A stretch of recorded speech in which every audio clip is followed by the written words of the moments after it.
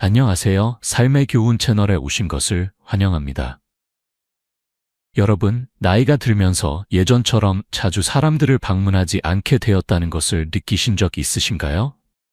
한때는 여러 지인들의 집을 찾아가고 모든 행사에 참석하며 사회적으로 활발하게 지내는 것이 당연했을지 모릅니다. 하지만 시간이 흐르면서 무언가 변화가 생겼습니다. 외출하기 전에 2번 생각하게 되고 예전에는 꼭 필요하다고 느꼈던 사교적 방문이 이제는 그렇게 중요하게 느껴지지 않게 되었죠. 그리고 제가 오늘 말씀드리고 싶은 진실은 이것입니다. 그것은 완전히 괜찮은 일입니다. 이 영상에서는 제가 더 이상 사람들을 자주 방문하지 않게 된 6가지 진정한 이유에 대해 이야기하려고 합니다. 이것은 사회적 관계를 끊거나 사람들을 멀리한다는 것이 아닙니다. 오히려 우리의 우선순위가 어떻게 변화하는지, 관계가 어떻게 발전하는지, 그리고 나이가 들수록 시간과 에너지를 어디에 투자할지 선택하는 것이 왜 더 중요해지는지에 관한 이야기입니다.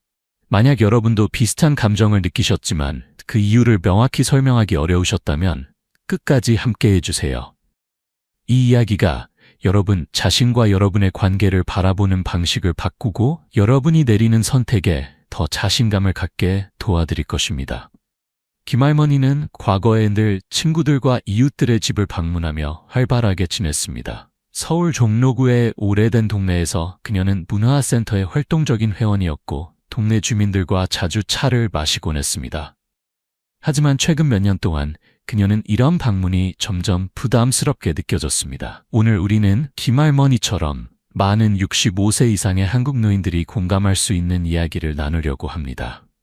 시작하기 전에 이 채널 삶의 교훈을 아직 구독하지 않으셨다면 지금 구독 버튼을 눌러주시고 알림 설정도 해주세요. 여러분의 지혜로운 삶을 위한 더 많은 이야기와 조언을 계속 받아보실 수 있습니다. 이제 본격적으로 시작해볼까요? 1. 의미 있는 관계를 위한 에너지 우선순위. 나이가 들면서 우리는 중요한 진실 하나를 깨닫게 됩니다. 우리의 에너지는 무한하지 않다는 것이죠. 젊었을 때는 도시를 가로질러 운전하고 몇 시간 동안 대화를 나누고 모든 모임에 참석하는 것이 쉬웠습니다. 그런데 이제는 그런 일들이 예전보다 더 많은 에너지를 필요로 합니다. 사람들을 만나고 싶지 않다는 것이 아닙니다. 다만 시간과 에너지를 어디에 쓸지 더 신중하게 선택해야 한다는 것이죠. 정말로 중요한 사람들은 누구인가? 라는 질문을 스스로에게 자주 던지게 됩니다. 박할아버지는 매주 토요일마다 동네 친구들을 만나는 것이 일상이었습니다. 삼성동 작은 다방에서 친구들과 만나 세상 돌아가는 이야기를 나누던 그 시간이 점점 부담스럽게 느껴지기 시작했죠. 왜 이렇게 피곤한 걸까? 하고 물었을 때 그는 단순한 진실을 깨달았습니다. 나이가 들수록 에너지는 소중한 자원이 되고 그것을 현명하게 사용해야 한다는 것입니다. 젊었을 때 사회생활은 주로 많은 사람들과 연결을 유지하고 지인들의 소식을 계속 접하고 넓은 친구 서클을 유지하는 것에 중점을 두었습니다. 하지만 세월이 흐르면서 뭔가 변화가 생깁니다. 양보다 질을 더 중요시하게 되는 것이죠. 모든 사람을 만나는 것이 아니라 여러분을 진정으로 행복하게 해주고 편안함을 주며 진정한 기쁨을 가져다주는 사람들과 시간을 보내고 싶어집니다. 한때는 필수라고 생각했던 형식적인 방문이 이제는 제한된 에너지를 소모하는 일로 느껴집니다. 특히 그 시간을 진정으로 중요한 관계를 키우는 데 쓸 수 있을 때는 더욱 그렇습니다. 한번 생각해 보세요. 의무감 때문에 억지로 어딘가에 가서 집에 돌아왔을 때 완전히 지쳐버린 경험이 몇 번이나 있으셨나요? 별로 관심 없는 대화에 참여하고 여러분을 알려고 노력조차 하지 않는 사람들과 시간을 보내고 결국 집에 있었다면 더 행복했을 거라는 생각만 하게 되는 경우 말입니다. 어느 순간 여러분은 자신의 시간이 얼마나 소중한지 깨닫게 됩니다. 그리고 모든 사람이 그 소중한 시간의 일부를 가질 자격이 있는 것은 아닙니다. 정할머니의 이야기를 들어보세요. 그녀는 초대를 거절하면 사람들이 자신이 그들을 신경 쓰지 않는다고 생각할까봐 늘 죄책감을 느꼈습니다. 하지만 시간이 지나면서 그녀는 중요한 사실을 알게 되었습니다. 그녀를 진정으로 소중히 여기는 사람들은 강한 유대감을 유지하기 위해 잦은 방문이 필요하지 않았던 것입니다. 표면적인 교류의 에너지를 소비하는 대신 그녀는 더 깊고 의미 있는 관계에 집중하기 시작했습니다. 그러자 갑자기 사회적 활동이 의무가 아닌 진정한 기쁨처럼 느껴지기 시작했습니다. 이것은 자신을 고립시키는 것이 아닙니다. 현명하게 선택하는 것입니다. 여러분이 관심을 가지고 있다는 것을 증명하기 위해 모든 곳에 있을 필요도, 모든 사람을 만날 필요도 없습니다. 진정한 연결은 지속적인 만남이 아니라 진정한 감사와 이해, 그리고 서로의 시간에 대한 상호 존중을 필요로 합니다. 나이가 들수록 이런 선택은 단순한 편의가 아니라 지혜의 표현이 됩니다. 젊은 시절에는 모든 초대에 응했을지 모르지만 이제는 그 선택이 여러분의 마음과 몸의 건강에 어떤 영향을 미칠지 더 잘 알게 되었습니다. 그리고 가끔은 아니요라고 말하는 것이 자신을 더 숭히 여기는 방법이 될 수 있습니다. 2. 불필요한 스트레스와 갈등 피하기. 나이가 들면서 배우는 가장 큰 교훈 중 하나는 모든 사회적 교류가 여러분의 마음의 평화를 희생할 만큼 가치가 있는 것은 아니라는 사실입니다. 한때는 가십, 불필요한 갈등 또는 기쁨보다 더 많은 부정적인 에너지를 가져오는 사람들을 참아냈을지 모릅니다. 하지만 세월이 지나면서 여러분은 자신의 평화를 지키는 것이 모든 관계를 유지하는 것보다 더 중요하다는 것을 인식하기 시작합니다. 이정숙 할머니는 항상 가족 모임에 참석했지만 매번 집에 돌아오면 감정적으로 지쳐 있었습니다. 항상 공기 중에 팽팽한 긴장감이 있었고 항상 기다리고 있는 논쟁이 있었으며 항상 그녀가 인정받지 못한다고 느끼게 만드는 무언가가 있었습니다. 어느 날 그녀는 더 이상 자신을 그런 상황에 놓지 않기로 결정했습니다. 대신 그녀는 사랑, 존중, 그리고 환영받는다고 느끼게 해주는 사람들에게 집중했습니다. 그리고 수년 만에 처음으로 사회적 교류가 다시 즐거워졌습니다. 사람들을 신경 쓰지 않는 것이 아닙니다. 단지 더 이상 드라마를 참을 인내심이 없는 것이죠. 작은 일로 논쟁하거나 오래된 갈등을 되풀이하거나 여러분을 좌절감에 빠지게 하는 대화에 참여할 필요성을 느끼지 않습니다. 3. 친숙한 공간에서의 편안함 찾기. 나이가 들면서 집이라는 공간이 주는 특별한 안정감과 편안함을 더욱 소중히 여기게 됩니다. 세월이 흐르면서 여러분은 자신만의 공간을 만들었습니다. 휴식하고 생각하고 진정한 자신이 될 수 있는 장소를 말이죠. 그리고 나이가 들수록 그 편안함은 그 어느 때보다 소중해집니다.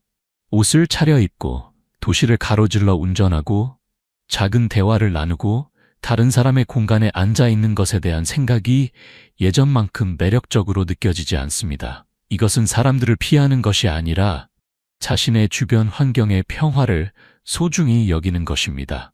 김영호 할아버지는 초대를 거절하는 것에 대해 죄책감을 느끼곤 했습니다. 하지만 다른 사람을 방문할 때마다 그는 집에 돌아갈 시간만 기다리고 있었습니다. 소음, 산만함, 낯선 환경, 그것은 지치는 일이었습니다. 어느 날 그는 더 이상 자신에게 무언가를 강요하지 않기로 결정했습니다. 대신 그는 사람들에게 자신의 조건에 맞게 자신을 방문하도록 초대하기 시작했습니다. 그러자 갑자기 사회적 교류가 두려운 것이 아니라 실제로 기대하는 것으로 변했습니다. 4. 사회생활에서 양보다 질 선호하기. 젊었을 때 사회적 교류는 종종 숫자 게임처럼 느껴집니다.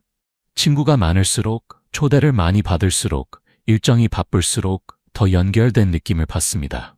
하지만 나이가 들면서 여러분은 진정한 충족감이 삶에 있는 사람들의 수가 아니라 여러분이 유지하는 관계의 깊이에서 온다는 것을 깨닫기 시작합니다. 단순히 사회적 교류를 위해 방문하는 대신 많은 노인들은 더 적지만 더 의미 있는 관계에 투자하기로 선택합니다.